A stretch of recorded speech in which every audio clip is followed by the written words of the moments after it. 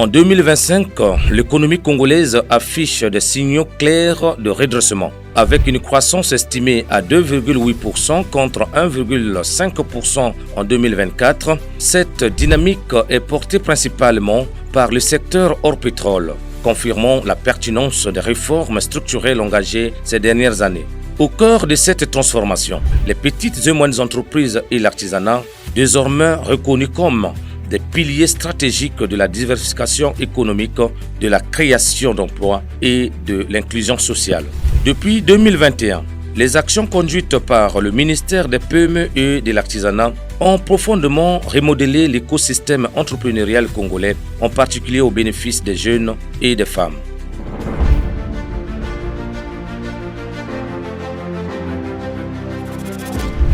Plus que jamais, les PME et l'artisanat jouent pleinement leur rôle de moteur de croissance inclusive. Les réformes engagées ont permis la redynamisation des structures d'appui à l'entrepreneuriat, l'optimisation des dispositifs d'accompagnement et une meilleure adéquation des politiques publiques avec les réalités économiques locales. Résultat, une jeunesse de plus en plus tournée vers l'auto-emploi, la création de valeur et l'initiative privée. Les campagnes nationales de sensibilisation à la culture entrepreneuriale déployées de manière continue sur l'ensemble du territoire national ont permis de toucher des dizaines de milliers de jeunes en milieu urbain comme rural. Ces actions de proximité ont profondément contribué à l'émergence d'une nouvelle génération d'entrepreneurs congolais plus informés, proactifs et conscients des enjeux de la formalisation, de la création de valeur et de la pérennité des activités économiques. Cette dynamique a également favorisé l'appropriation progressive de l'entrepreneuriat comme véritable levier d'insertion professionnelle, d'autonomisation économique et de cohésion sociale. Dans ce contexte porteur, de nombreuses associations, organisations de jeunesse et initiatives privées se sont structurées et mobilisées, venant renforcer et relayer l'action volontariste du ministère des Petites et Moyennes Entreprises et de l'Artisanat, conduite sous le leadership de Madame Jacqueline Lidjamikolo dans une approche de synergie publique-privée au service du développement entrepreneurial. Parallèlement, la création d'entreprises a connu une progression exceptionnelle sur les 5 dernières années. Alors qu'elle se situait à un peu plus de 1000 entreprises créées par an au début de la période, elle atteint 5850 entreprises formalisées en 2025, soit une croissance multipliée par près de 6. Cette dynamique haussière s'observe également dans le volume de projets entrepreneuriaux identifiés, structurés et accompagnés, ainsi que dans le financement des entreprises locales grâce à la mise en place de mécanismes adaptés et inclusifs. Ces performances traduisent non seulement l'efficacité des réformes engagées, mais aussi la montée en maturité de l'écosystème entrepreneurial congolais, désormais mieux organisé, plus attractif et résolument tourné vers la création d'emplois durables.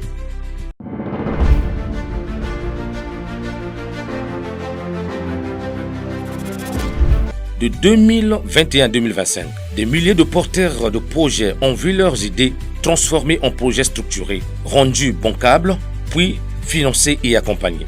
Grâce à l'action coordonnée des structures de l'écosystème du ministère des PME et de l'Artisanat, ces jeunes entrepreneurs ont bénéficié d'accès à l'information appropriée, de formations ciblées, de financements adaptés et d'un encadrement technique de proximité. Beaucoup sont aujourd'hui à la tête d'entreprises formalisées, créatrices de richesses et d'emplois. Une orientation stratégique réaffirmée au plus haut niveau de l'État par le président de la République, Denis Sassou Nguesso, lors de son message sur l'état de la nation du 28 novembre 2024.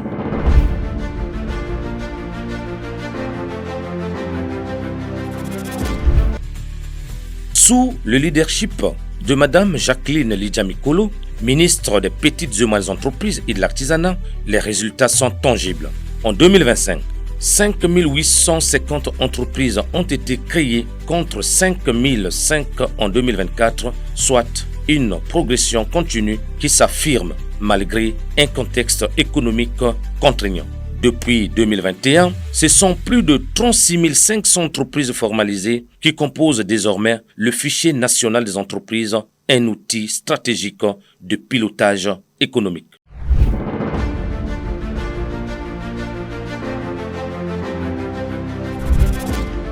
Le 5 décembre 2025, une avancée majeure est franchie avec le lancement de la plateforme digitale de création d'entreprises en ligne. Désormais, toutes les démarches de formalisation peuvent être réalisées 100% en ligne, depuis le Congo ou l'étranger, avec des délais réduits à moins de 72 heures. Un centre d'appel dédié, accessible via le numéro court 1730, renforce la proximité entre l'administration et les entrepreneurs. Maintenant, au Congo, avec sa pièce d'identité, ou pour ceux qui ne sont pas congolais, leur passeport et leur titre de séjour, visa long séjour, et le contrat de bail, on crée l'entreprise. C'est déjà en soi une révolution. Aujourd'hui, la loi de finances a légiféré, on sait exactement combien coûte une création, une modification diverse ou une radiation d'entreprise. La CPCE, c'est un guichet unique où il y a en son sein plusieurs administrations. Le fait d'avoir intégré tous les acteurs pour éviter à ce que le chef d'entreprise se balade de bureau en bureau constitue en réalité une véritable facilitation et même une révolution. Créer son entreprise est désormais à portée de clic, a déclaré la ministre lors du lancement officiel de cette plateforme. La mise en œuvre de ces instruments constitue une réalisation concrète des autres instructions de son Excellence M. Denis Sassou Nguesso, Président de la République, chef de l'État, en matière de modernisation de l'action publique et d'amélioration de l'environnement des affaires. Elle répond également aux attentes exprimées par nos usagers et nos partenaires au développement dans la perspective d'un climat des affaires plus attractif, transparent et performant.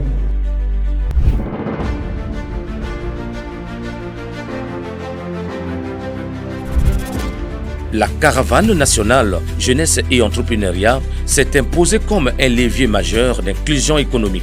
Sur le corridor Brazzaville-Ouesso-Ifondo, 9001 jeunes sensibilisés, formés et accompagnés. Je remercie particulièrement les conseillers d'entreprise du front office et les formateurs ici présents qui, durant 4 jours, seront à vos côtés dans le but de vous apprendre les préalables nécessaires à l'émergence de vos activités économiques. Je vous invite donc à suivre attentivement leurs conseils et à poser toutes les questions nécessaires. Je vous formule le vœu d'émergence d'une cohorte de génération d'entrepreneurs congolais dévoués au développement de leur vie, de leur département et de leur pays et de leur activité économique.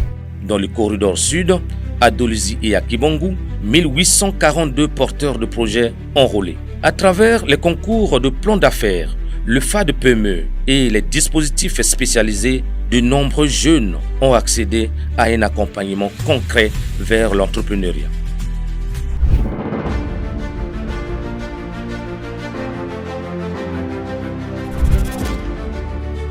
Le 19 décembre 2025, 290 jeunes et femmes entrepreneurs d'Igné et de Kintélé ont reçu des équipements de production dans le cadre de la deuxième génération d'appui du FAD-PME. Ceci après leur enrôlement lors du passage de la caravane de l'entrepreneuriat dans leur localité et la formation qui s'en est suivie.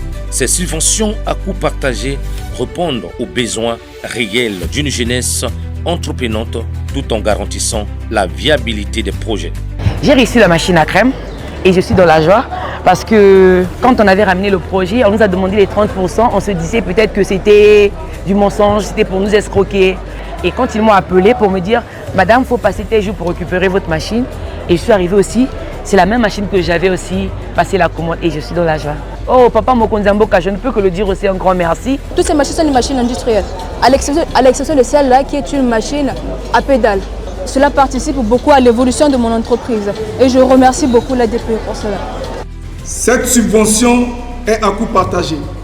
L'entreprise bénéficiaire couvre 30% du montant du besoin et la DPME 70%. Le budget global pour l'appui aux 290 entreprises retenues s'élève à 245 409 189 francs CFA, dont 73 622 755 francs CFA correspondant à l'apport des bénéficiaires et 171 786 430 francs CFA à la subvention de l'État. En 2026, grâce à la ressource mise à la disposition de l'ADPME au travers de la TUS, nous comptons poursuivre la remise des appuis directs dans les localités de Ngo, Ndjambala, Damboma, Oyo, Evo, Owando, Weso, Pokola, Infondo et Ipena. Poursuivre la caravane de l'entrepreneuriat le long du corridor sud, installer et opérationnaliser l'incubateur national.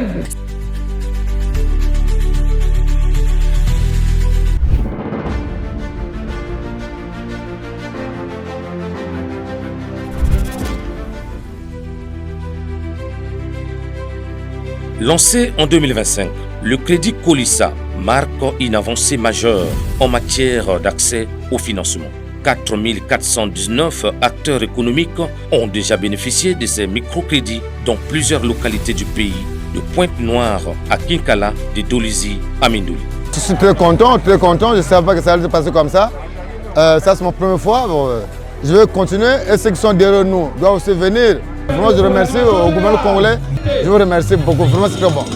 Le partenariat public-privé entre la KDC et le FIGA avec pour cible les femmes vendeuses des marchés domaniaux ainsi que celles exerçant dans l'artisanat a fait bénéficier à plus de 120 femmes du district de Mindouli des microcrédits allant de 50 000 à 250 000 francs CFA. Cette promesse faite et réalisée a engendré aujourd'hui le crédit Colissa, visant ainsi un accompagnement financier de plus de 200 micro-entrepreneurs de Mindouli. Nous vous rassurons, Madame la Ministre, que le chèque mis à disposition des filles et fils de Mindouli produira une valeur ajoutée, car la bonne semence produit toujours le meilleur de soi. Rendez-vous au résultat. Le programme Colissa est une réponse du FIGA à l'instruction du gouvernement de la République, celle d'accompagner les initiatives privées de créativité économique, quelle que soit. Pour y contribuer et lutter par ailleurs contre la pauvreté en milieu rural, simple et rapide dans sa mise en place, ce crédit permet à ses bénéficiaires de rentrer en possession des fonds en un temps record avec des taux bonifiés et une durée de remboursement adaptée grâce à la garantie du FIGA. Luingui, le département du Poul et les localités que nous avons déjà traversées sont des bassins de production. Les gens travaillent, les gens cultivent la terre, les gens font de l'élevage, le commerce, le transport. Et c'est pour cela que le président de la République nous a demandé de venir encourager ceux qui travaillent. Depuis le début de l'année, 2828 femmes et 1386 hommes, soit 4419 personnes, ont reçu des accompagnements du FIGA sur tout le territoire national. Et dans le département du Poul, nous sommes à 904 bénéficiaires. Nous espérons atteindre les 1000 bénéficiaires, ce qui est notre cible initiale.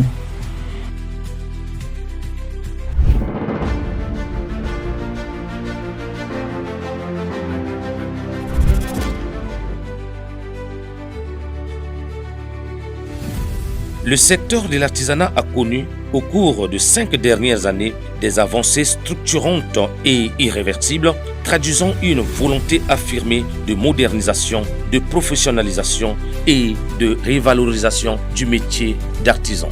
Parmi les réformes majeures figurent l'actualisation de la nomenclature des métiers artisanaux, la numérisation et la révalorisation de la carte d'artisan, ainsi que la révision du cadre juridique et réglementaire ouvrant la voie à la création prochaine de la Chambre des métiers des artisans. Ces réformes ont permis de sortir progressivement l'artisanat de la ghettoisation longtemps cantonné à l'informel pour l'inscrire pleinement dans l'économie nationale formelle et compétitive. Cette transformation s'est accompagnée d'un changement profond de perception et de posture chez les artisans eux-mêmes. Aujourd'hui, l'artisan congolais assume son identité professionnelle avec fierté, conscient de la valeur économique, culturelle et sociale de son savoir-faire. Cette montée en confiance est renforcée par les succès enregistrés sur la scène internationale où des artisans congolais ont été distingués et primés lors de foires et salons internationaux, contribuant à hisser le label Made in Congo au rang de référence de qualité et d'authenticité. Ces reconnaissances ont joué un rôle moteur dans l'amélioration continue de la qualité des produits artisanaux, de leur design et de leur compétitivité. La multiplication des espaces d'expression et de commercialisation a également constitué un levier déterminant de cette dynamique. Le SAMEB 2025, organisé du 11 au 25 août, en est une illustration emblématique. Cet événement a non seulement mis en lumière le génie créatif local, mais a surtout marqué l'ouverture officielle du village artisanal de Brazzaville, désormais vitrine permanente de l'excellence artisanale congolaise. Là où nous attendions 2 à 3 000 visiteurs, ce sont plus de 15 000 visiteurs qui ont franchi les portes du salon, soit une moyenne de plus d'1 millier par jour. Et c'est une affluence qui témoigne de l'intérêt croissant du public pour les métiers du bois, pour nos traditions, pour notre artisanat. De 15 millions de francs CFA de chiffre d'affaires que nous attendions à peu près, nous avons franchi la barre des 56 millions de francs CFA il y a 2 jours. Et ce résultat n'est pas qu'un chiffre, c'est un symbole d'une filière dynamique, capable de porter fièrement le label Made in Congo. À cela s'ajoute la FIAC 2024, la Semaine nationale de l'artisanat, la Semaine des métiers du raffia, pagne qui représente le patrimoine national, les foires locales, des thématiques et départementales organisées sur l'ensemble du territoire national, ainsi que de nombreuses initiatives privées encouragées et soutenues par le ministère des Petites et Moyennes Entreprises et de l'Artisanat qui ont contribué à rapprocher les artisans des marchés et des consommateurs. Parallèlement, la relecture des textes du secteur artisanal a donné la possibilité à l'État de prendre efficacement en main ce secteur créateur d'emplois et de richesses par une réforme progressive. La formalisation du secteur connaît ainsi une progression significative. De plus en plus d'artisans font désormais le choix d'adhérer au cadre formel encouragé par une carte d'artisan révalorisée, devenue un véritable passeport professionnel. Cette carte donne aujourd'hui accès à de nombreux avantages, notamment l'accompagnement technique, la participation aux foires et salons, l'accès aux dispositifs de financement, à la formation ainsi qu'aux marchés publics et privés. Mais surtout la grande innovation, l'accès à la protection sociale. En 2025, le fichier national des artisans recense 1086 artisans, dont 540 hommes et 546 femmes formalisés. Témoignage d'une adhésion croissante à cette nouvelle vision d'un artisanat organisé, compétitif et créateur de valeur.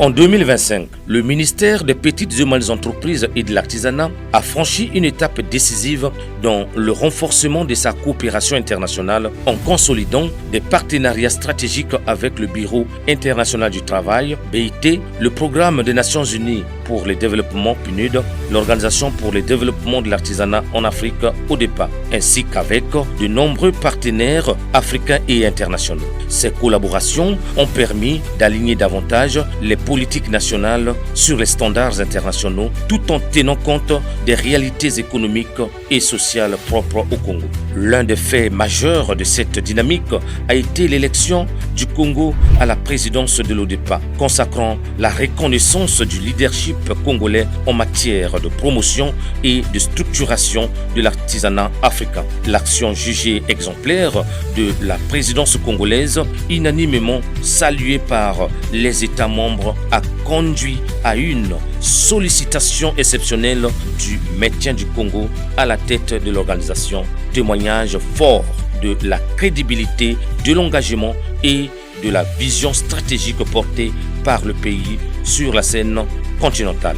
Ces partenariats ont également permis des avancées majeures sur les plans stratégiques et normatifs, notamment avec l'élaboration de la politique nationale de développement des PME et de l'artisanat 2026-2035, véritable boussole des réformes à venir, ainsi que le lancement du programme structurant Promise, un jeune, une entreprise 2026-2030, conçu pour renforcer durablement l'entrepreneuriat des jeunes, l'inclusion économique et la création d'emplois. À cela s'ajoute la finalisation de la loi sur le contenu local, levier stratégique de valorisation des compétences nationales, ouvrant la voie à la relance effective de la BSTPE à travers la refondation de la loi portant sa création au bénéfice direct des entreprises locales. La coopération internationale bilatérale n'a pas été en reste. Le ministère a pris part à plusieurs commissions mixtes ayant abouti à la signature d'accords de coopération dans les domaines de l'artisanat et des PME avec les pays tels que la Chine, l'Italie, le Venezuela et Cuba, traduisant ainsi une volonté affirmée de diversification des partenariats et de partage d'expériences. Ainsi, le ministère est heureux d'avoir conclu courant 2025 10 protocoles d'accord avec les partenaires publics et privés. Enfin, cette ouverture internationale s'est traduite par une présence accrue et remarquée du Congo dans les forats économiques et plateformes d'échanges internationaux, renforçant sa visibilité, son attractivité et son rayonnement. Dans le même élan, les artisans congolais ont porté haut les couleurs nationales en valorisant les savoir-faire made in Congo dans de grandes foires et salons professionnels en Afrique, en Europe et en Asie, positionnant l'artisanat congolais comme un véritable vecteur de diplomatie économique, culturelle et identitaire.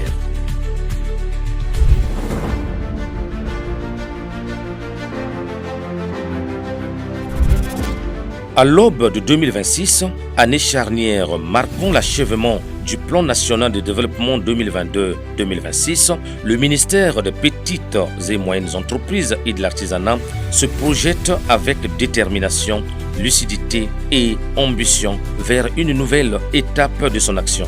Les acquis engrangés au cours des 5 dernières années constituent désormais un socle solide sur lequel s'appuiera la prochaine phase de transformation de l'économie nationale. L'enjeu est clair: consolider les réformes, amplifier l'impact des dispositifs d'accompagnement et ancrer durablement l'entrepreneuriat et l'artisanat comme piliers structurants de la croissance, de l'emploi et de la cohésion sociale. Il s'agit de faire des PME et de l'artisanat les véritables catalyseurs d'une croissance inclusive, durable et souveraine, pleinement intégrée au PND 2026-2031.